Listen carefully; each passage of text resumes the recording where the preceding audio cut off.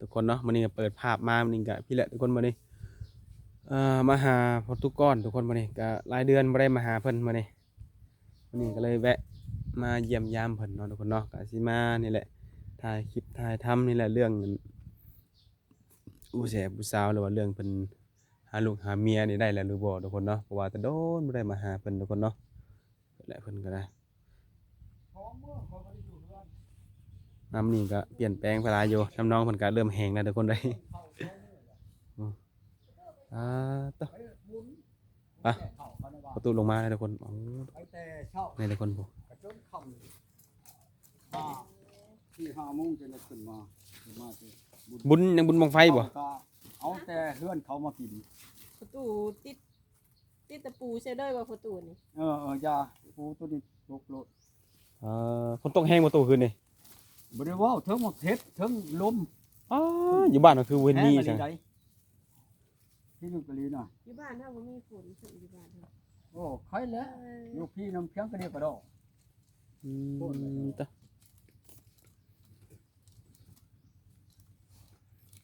มาทุกคนมาลมกับประตูต่อบัดนี้แล้วจังหวะบัดนี้ทุกต้องเว้าจะไปช็อตจะปากเซไปยังประตูปากเซโอ้ยอย่าไปยามหมู่นี่ล่ะยังตัวอ่านเบิ่งนี่เด้เลยมันมีอยู่ตัวมันบอกมันเบิดแบตเบิดอันนั้นปากกาป้องกันตนเองเนี่ยอันนั้นแหละเป็นแบบช็อตแบบดูดป่ะฮะได้ป้องกันตัวเองนี่เด้นี่เฮาฉุกนี่ไปเฮาก็บีบนี่ใช้โลดเจ้านี่ก็เลยเอารู้แล้วอย่าได้จ้ะเปื่อยรู้ได้อย่างนี่เป็นตะย่านตัว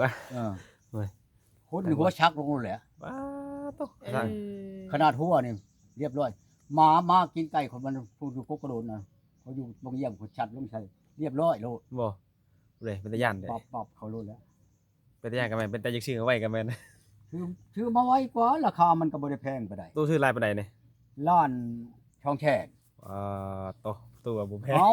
ล้านช่องแชนมันก็บ่แพงแล้ว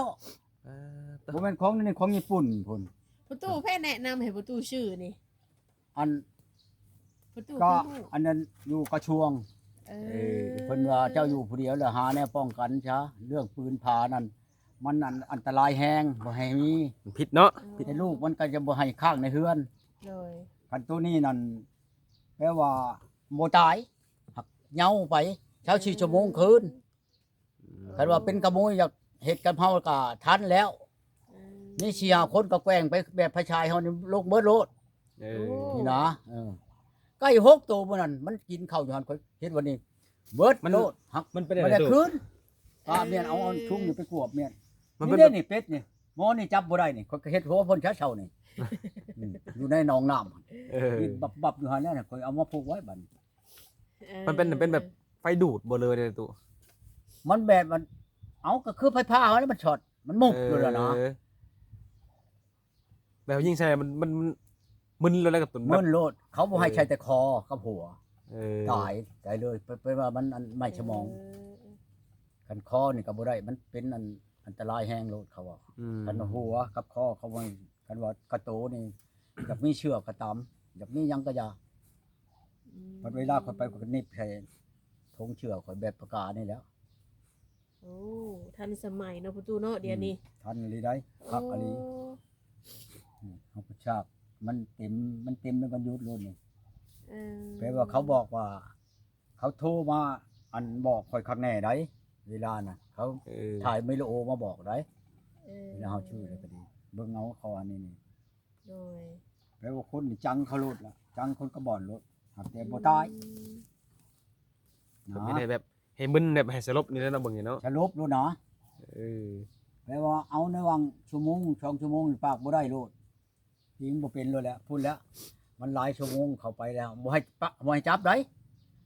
จับกระต่อกันไปแบบไผ่ผ้าโลดอันเดียวกันโลดอันนี้น่ะแปลว่าคือกันกับไก่มันบ่เฮาช็อตลงไปมันถึกเลยกันป้าไม่ทันแล้วมันแล้วมันคืนเองมันไปเองมันบักกระดันเด้บักกระตุกลูกเชียวนี่คุณอยู่ภาคห้วยนี่มันมานี่ มันขึ้นไปนี่เนี่ยเอามันหนี้แล้วเดี๋ยวนี้มันไปบวชอยู่เมืองไทย บวชมันไปทำงานแล้วมันคนบ่เป็น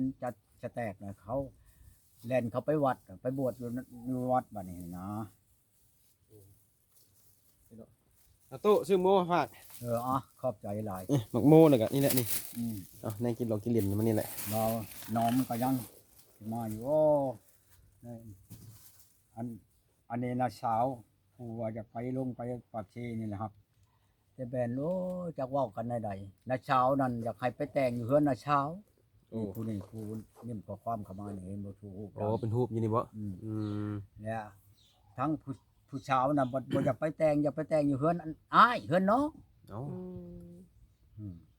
และผู้นี้น่ะบ่มีพ่อมีแม่นะผู้ชาวน่ะมีแต่อ้ายน้อง เออ และอันน่ะชาวน่ะเป็นน้องแม่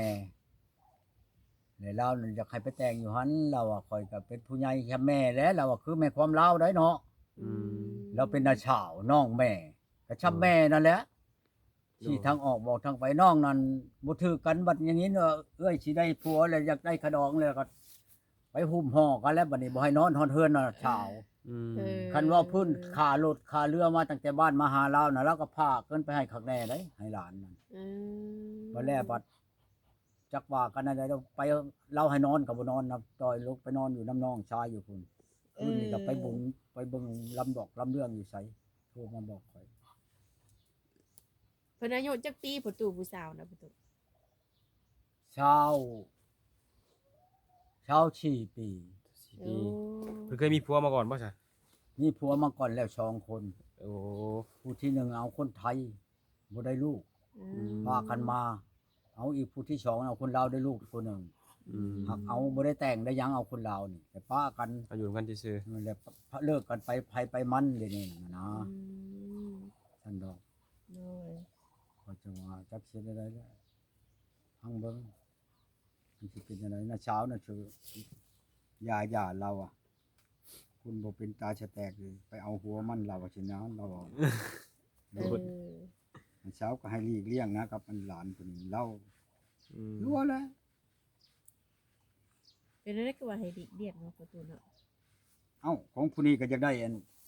ชิ้นชอดได้ข้าวหัว เออ แม่สาวนี่ดีบัดน้องก็จะได้บัดนี้ อืม มันลดร้อยนั่น เออ เป็นนั่นนะ มีแต่ผู้อยากได้เนาะ จะตายตกลงกันบ่ได้อะ อืมค่าดองเพิ่นเท่าไหร่นะตู่ หึ ค่าดองเพิ่นเท่าไหร่ กระดองนั้นก็บ่ได้แพงธรรมดา ชาวลาดคำชงลึง อืม ไปเอานั่น โดย แปลว่าเมื่อไปเอาตะบิดนี่ก็ทอดเครื่องคา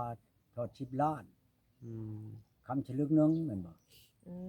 ม บาทนี่แหละฮอดเดือน6ออกมาแล้วบัดนี้แหละไปทอดอีก10 ล้าน กับคำอีกชลึกนึงเลยเบิด อื อื ม ม นะเขาจะว่าก็บ่แพงบ่ถูกธรรมดานะ โดยแล้วผู้ตู่คิดว่าสิไปเอาเพิ่นอยู่บ่ผู้ตู่ จังว่าเว้าเบิ่งหนึงคือน่ะเช้าเราเองนี่เพิ่นว่าบ่ให้ชนยาโลดเราว่าไปบ่ได้บ่มีหมอกน้ำมันเลยครับรถใช้ทางก็บ่มีระยาเราอยากให้ยาเราสิหาบ่อนใหม่ให้นะ โอ้ เราคนตัวเองเราเองอันนี้นี่มันโทรมาเลยนี่เบอร์มาแล้วอันแดงๆนะ โอ้ เบอร์อันผู้เช้าแล้วนี่นะ เออ โดย จักมันสิเว้าหยังแล้วนี่ โอ้โหโดย เดี๋ยวสิฮับอันถึงน่ะเช้าถึงวันนะมีตัวความเข้ามาเขาจังว่าจักสิเป็นไดละทางเบิ่งนี่ละคันน่ะเช้าเท่านั้นบ่ให้เอาแล้ว โอ้ บ่พังความลาวนะคือกันกับผู้เอากันไปนี่เราเว้าหลายอย่างหลายนะน่ะเช้าเราว่านะ เราว่าเบื้องหนึ่งก็เราให้ลีกกันผัวมันนั่นบ่อยากให้เมื่อแต่งอยู่พุ่นจักหน่อยมันสิกรณีมันสิเกิดขึ้นเพราะว่าทั้งผู้ชาวคอยน่ะเจ้าวัทิญาณหยังมันหนีพอแห้งเลยแต่เฮือนนี่ อืม เพราะว่านะมันลงไปอยู่ปักเชพุ่น อืม ว่า เพิ่นนั่นอยู่บ้านละยองละยองอันตะปือพุ่นอันเมียคอยนี่น่ะอยู่พังนั่นผู้ใด โอ้ มีบักมีหยังความไปได้ก็แต่เอื้อนอันตะปือไปอันนั้นเด้ไประยองคนละภาคเช อืม ภาคของ อืม ข่อยก็ไปแล้วเทื่อนึงข่อยไปเนี่ยข่อยไปอันตะปือแล้วก็ความไปพุ่นเด้ โอ้ มีสะพานใครเท่าใด เออ สะพานก็ชำหาห้วยพุ่นแล้วก็บ่กว่าอีก อืมครับครัวครับโค้งไปนะบ่ หัวความนำโค้งนี่แหละ อืม ตู้ไปมาแล้วเนาะประตู ไปแล้วข่อยไปอันตะปือข่อยก็ความมีหมู่ข่อยผู้หนึงอยู่หั่นเฮือนหมู่ข่อยก็ไปกันว่าไปหั่นข่อยก็สิแวะเฮือนหมู่ข่อยนั่นแหละข่อยไปนอนอยู่หั่น2-3คืนพุ่นเขาก็จนมาฮอดเฮือนข่อยพุ่นอันชวนรู้จักกันรู้จักเขาแพงแล้วแต่ข่อยโทรไปข่อยว่าอันเช้าอันนั้นนั่นรู้จักบ่เอากระฮู้แล้วเราอะ อืม เขาบอกข่อยรู้จักอยู่เราอะคนนั้นเป็นจังไดข่อยว่าบ่เป็นคนนั้นเร่ร่อนบ่หากมันบ่เป็นตาชะแตกน้ำผัว อาชีเขาบอกคน อืม กันผัวเป็นผัวนั่นคือเขานั้นทุกข์อยู่แล้วหากแต่ว่าเขานำแปลว่าพังความรู้ความผัวอยู่หากผัวนั้นมันคนเล่ร่อน โดย อืมหากินนั่นแหละกินยาเสพติดนั่นแหละกันว่าแล้วก็ดีกันบ่มีก็เบิ่งอันเอาเงินมาให้เมียมาเช่ามาแลงทำเอา เอาให้มาแลงมาเช่าทำเอาอันจักชำใดแล้วอันมันเว้านั่นนี่ชิ้นมันยิงเนาะพับเมียนคูณเมียนน่ะเอาเงินไปปอนชานเนาะ ยังเห็นเป็นคนเบิดนะ บ่ได้ฆ่า คอยนี่เว้าชื่อแล้วกันนอกกายมันแล้วมันบ่จับรถคงมีชินธรรมคือกันเนาะ เอ บ่แม่นว่าสิบ่มีชินธรรม โด ว่าย กันเครื่องมันยิงแล้วแม่นเฮาบ่จับแล้วนอกกายมันนั่นเว้นจากเว้าจ้าทุกบ่แม่นว่าเว้าความขี้เพ้อขี้ให้ดอกเว้นจากแต่มันอยู่ในเนื้อในกายเนาะ โดย มันเป็นอันนั้นได้เรื่องอันชินธรรมนี่ เนาะประตู มันเป็นอย่างชั้นเรื่องอย่าง แต่อันนี้ อันนี้ เป็น เพิ่นว่า คนเบิดเนาะ อันนี้คนเบิดเบิ่ง เอออั อันพาเฮือนนั่นก็บ่ได้ใหญ่ดอกเราเฮือนข่อยน่ะก็ธรรมดานี่แหละหักเอาอันนี้นะเอาอันเจียชิมินนี่เจียชิมังนี่แล้วไปอันห้องเฮ็ดตาผาเฮ็ดผาน่ะนะ โอ้ มันน่ะเห็นอันมันช่องมันเห็นที่เนาะมันแดดมันคงมันบาง โดย อันเปาชิมินมันว่ามันเชียนดำๆนี่คือมันก็เอาเข็มนี่ไปแทงเบิ่ง อืม ยังเอาได้ชำได้ฉันมันเว้า เลือกเนาะประตู พี่ลึกกะลีได้จังว่า เออ บ่ให้ป้าเฮ็ดได้มันว่าข่อยนั่นคือไผก็สิป้าลูกเจ้าหลานข่อยก็สิป้าคือกันแหล้วมันว่าบ่แม่นข่อยขี้เกียจเกียจจังลูกผัวดอกเท่าก็ตามหยังก็ยามันว่าคะแนนเบิ่งแย่งกัน ดูแลกันเจ็บไข้ได้ประหยัดอันนี้ได้ไข้จนว่าอายน้องเอาไปโรงหมอยังบ่เห็นหน้ามาให้ไข้มันว่า อืม ชำได้แหละมันว่าแม่นความมันโคตรช้ามันว่า โด ทุกข์ ย กะกับมีกับเบิ่งดูแลกันไปใครใดมันว่าคือแม่นความมันหากจักแม่นบ่มีแล้วของเฮาบ่เห็นเนาะ แม่น โดยโดย บางเทื่อก็จักว่าเป็นน้ำตูบ่หรือว่าเป็นน้ำมันก็ยังบ่รู้แล้วของเฮาบ่รู้จัก โดย พอพี่ถามมันคนอยู่ใกล้นั่นเถอะเขาก็ว่าธรรมดาบ้านเมืองอยู่ดอกหากมันบ่เป็นตาจะแตกน้ำผัวเขาว่าสินะ เป็นน้ำหัวเนาะ มันเป็นน้ำผัว โดยช่วงนี้ประตูบ่ได้ไปหาสาวทางใดบ่ใช่ประตู บ่โอ้ยตั้งแต่เดือนนี้ออกมาบ่ว่าแต่เดือนนี้แต่เดือนก่อนพุ่นน่ะไปอยู่หักแต่ว่าไปกะ อืม ไปปัดปู่ปัดปลายพานแหล้วบ่ได้แม่นว่าไปความจริงจังคือกันกับมื้อนี้แหละชาวอันเขาโทรมาแต่บ้านนั้นอันบ้านดงพุ่น โดย เขาผู้เช้านั้นรอท่าเจ้าอยู่แต่ว่าเจ้าว่าตัวเขาเมื่อนั้นวันนี้ตะกี้ว่าสิไปออกไว้ช้ำคำมันบ่ได้ไปช้ำคำเดือนก่อน โดยโดย และผู้หนึงนั้นน่ะผู้มันมาเอาไปตานในนานี่น่ะโตน้ำผู้บ่าวแล้ว โอ้ โตน้ำแลบัดนี้ละแล้วเขาบอกให้ยาครับผู้นี้น่ะยาเขาว่ามาเขาบ่ให้เอาเขาว่า คนเล่ร่อน โตน้ำผู้บ่าวจะได้จังมือมันก็ไล่มาแล้วนี่นะผู้บ่าวไล่มาแล้ว โดย มาเอากลับตานในนานี่นะ อืมอืมอืมอืม ท้องผัวแหละเขาบ่ได้แต่งจักกีบ100ก็บ่ได้แต่งเอาผัวก่อนน่ะก็จนได้ลูกหนึ่งก็บ่ได้แต่ง ไปอยู่กินน้ำ ไร กัน นี้ ซื่อ แต่เฮือไรนี้ชื่อพ่อก็บ่มีแม่หยังนะสองเอ้ยน้องอยู่นํกันนะอยู่ในเฮือนนั่น โดย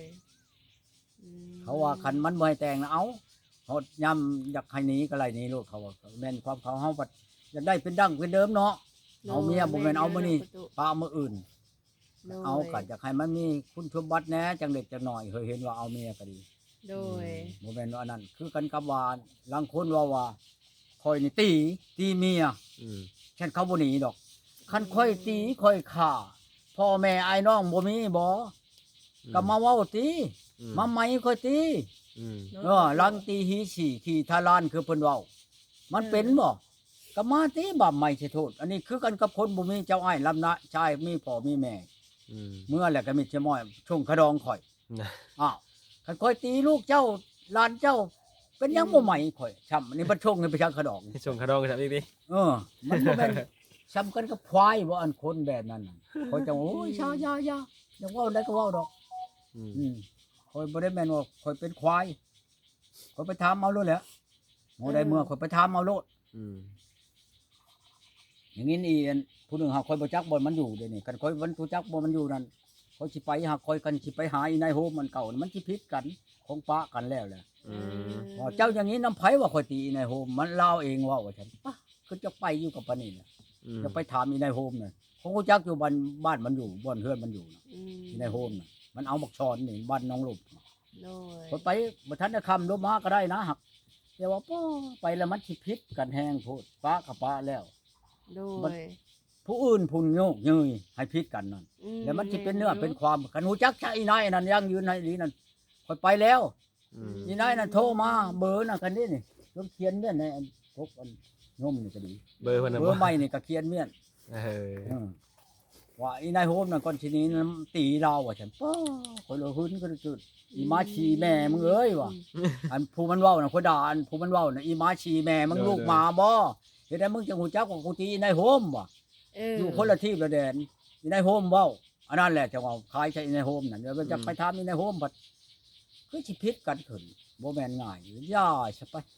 อืม โคตรเอายันบ่ได้เมียน่ะคือสิบ่ได้บ่ทนเอาสิบ่ได้น่ะของแนวเฮาแต่งเอา อืม แม่นอยู่เนาะประตู แต่อันเว่าผู้ชังอันแต่วานไปเอาผู้อื่นแต่คนผู้เดียวตีกันจนหน้าไข่หน้านุ่มแม่นบ่ โดย คืนเอากันกันร้อยคนแล้ว แม่นแล้วประตู บัดสิไปเว้าผู้ชังวานไปเอาผู้ใหม่น่ะโอ้ยบัดสิไปยันขอแต่เฮามีเงินแต่งมันโอเคแล้วนะผู้มื้อแฮงเทคเห็นบ่หันบ่มีเงินแต่งจักกี้ก็ยังแล่นนํกัน อืม เขาขี้แล้วเขาก็ไล่คืนมา โดย มีเงินชำข่อยนี่อยู่ว่าย่านข่อยนี่บ่ได้เมียน่ะเอาโกยผ้าหัว คิดแล้วเนาะประตูเนาะ เอาลีได้ เป็นความประตูว่า เอ เนาะ อ มันมีเงินอย่าง เงิน ว่า ฝากกันเมียนกันจักเท่าไรล้าน โดย จักเท่าไรอันนั้นคันสินับเป็นเงินกีบนี่ก็หลายร้อยล้าน อืม บัดสิยันบ่ได้เมียเอาโกยคือว่าไปถอนออกมามื้อนั้นแม่นบ่ถอนออกมาแล้วอัน